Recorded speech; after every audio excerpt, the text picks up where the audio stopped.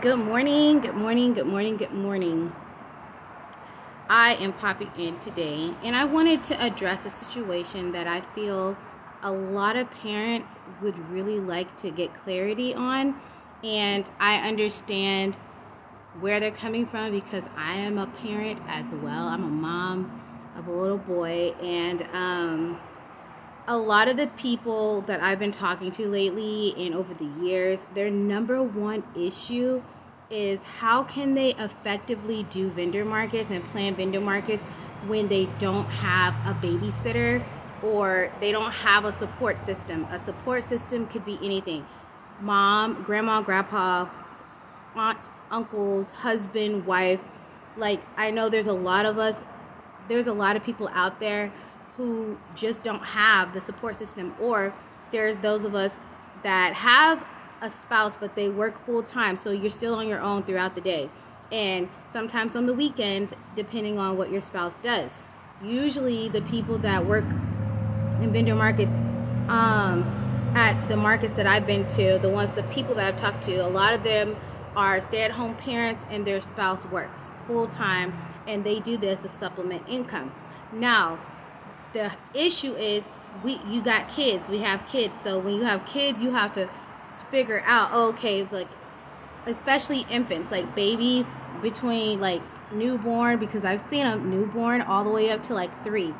What do I do with my baby while I am doing vendor markets? How can I incorporate them into it without them being a distraction? Or, okay, so this is what I did when my son was an infant.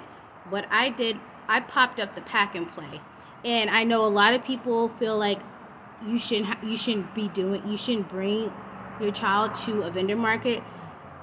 Sometimes you have to do what the heck you have to do. And if that means this vendor market means paying bills and getting things done, and you have to pack the pack and play, and maybe, and have them sit there under the tent with you, then do that. You also should ask the coordinator, because I don't know how true this is, but I've heard that a lot of vendors are telling me that the coordinators tell them that they can't bring their children with them, or they can't bring a pack and play with them or anything, because the aesthetic of their market isn't going to be the vision that they imagined. Well, I'm telling you right now, screw that. Because if I am a single parent and I am trying to make a living or help supplement income of my spouse, and this is the only way I could do that, my child is coming with me, and they're going to have to just be outside in the pack and play. That's just what it's going to have to be. And you, as a vendor, you have to understand that you may have to pay an additional space if you need to take up a whole nother 10 by 10, which is standard tent space, to be able to accommodate your children.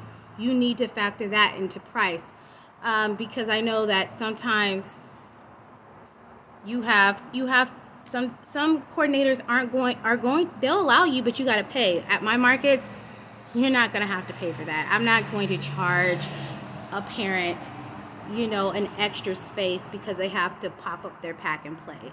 Because I also understand that when they are trying to run their business and they're trying to sell and, help, sell their stuff. And I don't want this to sound bad, and it probably will come out bad, but they don't want the distraction of their baby literally right behind them or directly by their, you could, but some parents don't want that. And sometimes some customers would walk past that and be like, oh, they're really busy, they don't have time. So if, like, for me at my event, if you tell me, hey Tiff, I have to bring my baby with me, cool, I understand that. I'm gonna ask you, do you need an additional space? And if you tell me yes, I'm gonna just say, okay, bring an extra tent and set your baby's play area up right there next to you, because I understand that you are a working parent and you don't have babysitters. The average person doesn't have the luxury of an in-home nanny or to be able to afford a babysitter.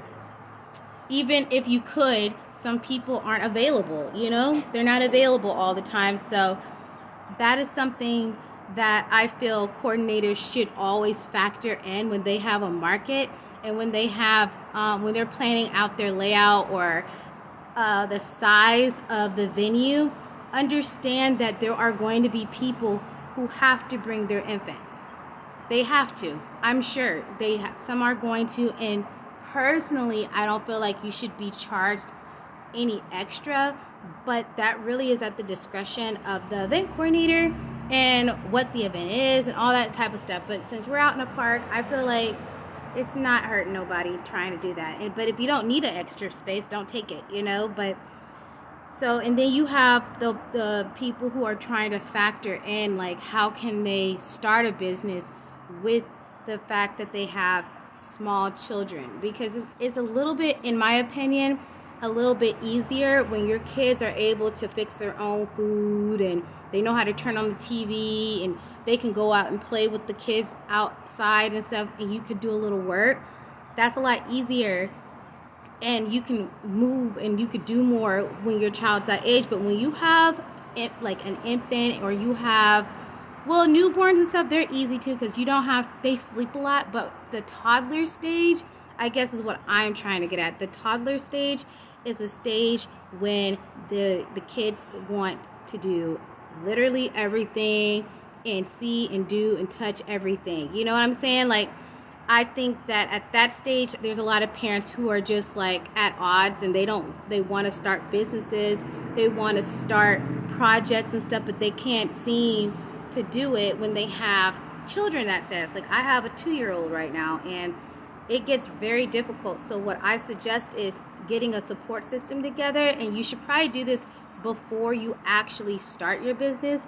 You should actually sit down, talk to your spouse, and ask him or her what they think. Tell them your plans, or if it's something you guys are doing together, your work schedules might change. Like, something's gonna have to give. There's going to be a sacrifice made. Time will be spent outside of the family, as far as your normal going out together and hanging out throughout the week will change.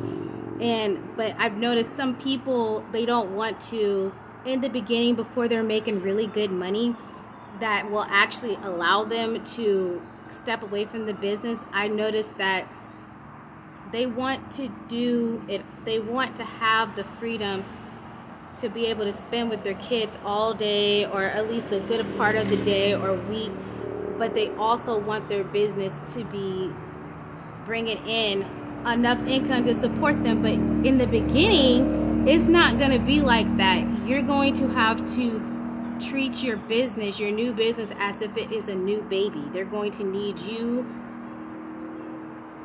just like a newborn baby would be, in a sense. You're going to have, those are sacrifices. So then if you don't have a spouse and you don't have a support system, meaning like maybe even a babysitter, or is considered a support system, a daycare is considered a support system. If you don't have those luxuries to be able to afford that, then you're going to have to get very creative, and you're going to be able to have to do a really tight schedule. People don't feel like that's possible, but it's totally possible with a little bit of planning, strategic planning. You already know your children's sleep schedule. You already know when it's time to feed them and everything. You personally just won't have any time for yourself. You'll probably have a little time, but you're not going to have nowhere near as much time for yourself, because all your time will be spent on your business and taking care of your kid or your children. That's what, and I know people are probably watching this like, well, duh, but you will be surprised how many people have not even thought that far. They just started their business in hope and plan it by ear. And if you don't plan nothing, if you're not planning anything, you're planning to fail. So you need to understand that you need to plan, because I'm telling you guys from experience, like, I didn't plan diddly squat really when I started my first business, which was Parker's Cup. I just did it, but I also didn't have a child at that time. But then when Sinatra was born, I was in the middle of couture, and it got real difficult because I was like, I didn't want people to think that I was neglecting my markets or trying to because I would have them out there, because people judge. They'll judge you when they see you with your child walking around, when you're trying to talk business and conduct business with everybody, and they see you with their kids. People judge you. They don't want to do business with you after they see that you're a mom and all this type of stuff, or dad, or because I've seen dads out there with their kids too, and it's just something that people have to get used to. People are gonna have to get used to, especially during the time after like post-COVID issues, when all people were working from home. Zoom meetings, they had to get used to the fact that you're gonna hear some kids in the background, because it's not average, it's not normal. No, most people are at an office and their kids are at home, or most people are at an office and their kids are at school, not at home. So people had to get used to hearing the kids in the background. And also, what would really be beneficial, if you are doing vendor markets and you know other parents that do vendor markets, you guys could build a support system, a support team. Like if you guys know that,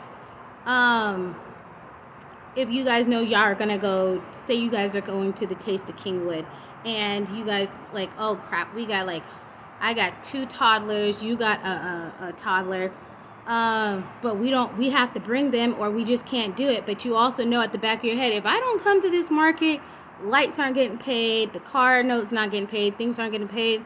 You hit the coordinator up, and or if they make you pay for another additional space, that additional booth space, just so your kids can be under a tent of their own, you might have to bring two pack and plays, 2 or 3 pack and plays, and some of those gates that kids can sit in with the blanket. You might have to do all that just so you'll be able to conduct business. Y'all can switch off and looking at, that's when you guys coordinate and put y'all set. Like at my markets, you guys can set up wherever. So like if you guys are thinking about doing something like that, y'all coordinate a time to where y'all both are going to arrive at the same time. You guys are going to put the tent, the third tent, because you're going to have your 2 separate businesses, right? You could put the third tent in between you guys where your kids are going to play, and then it'll be pretty clear that that's just a place for the children to play, but y'all both can keep your eyes on them at the same time.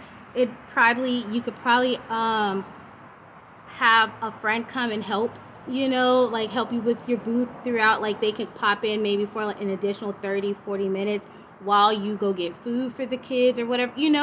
Best bet though is to bring a Lunchables and things like that, so you don't have to buy any extra food. You can just have it on hand in the cooler ready to go, because that is just a lot of people's reality. And a lot of people don't know that that's a lot of people's reality. But I'm trying to bring it to y'all's attention that there are parents out there, regardless if they have a significant other, they're still the only ones normally taking care of the kids, because the other one works full time as well, and they have dreams and aspirations as well too. So when you're doing your thing and they're getting off, say the weekend, they're getting off work, maybe they're trying to work on a project, but you want to do your vendor market. So that's when compromise has to come in. That person worked all week and they want the weekend to work on their dreams and aspirations, and you want to go to the vendor market, then you might have to pack up the kids and do that. But that's just the reality of things. And I just want you to know, like, if you plan on doing vendor markets, that's something you have to think about.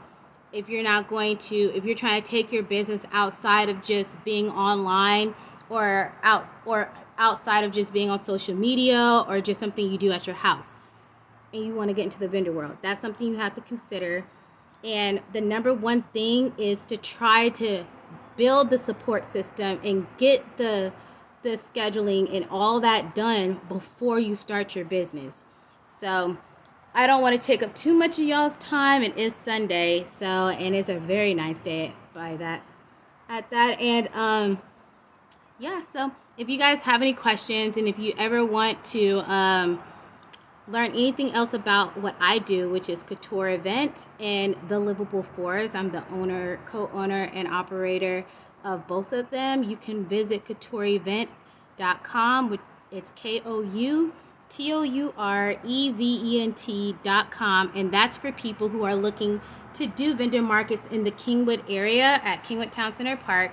And then the Livable Forest is a perks program where there are over 40 plus, there's 40 plus businesses participating that you can get discounts at. You can also join as a perks business, and you can also learn what's happening around Kingwood and the surrounding areas. And you would just go to thelivableforest.com, and if you want a perks card, all you have to do is order one or pick up at one of the locations, or contact one of the authorized sellers of the card, and it's only $25. So it's a good deal for what you get on it. But anyways, you guys have a good one. Stay blessed, and I'll talk to you guys later. Bye.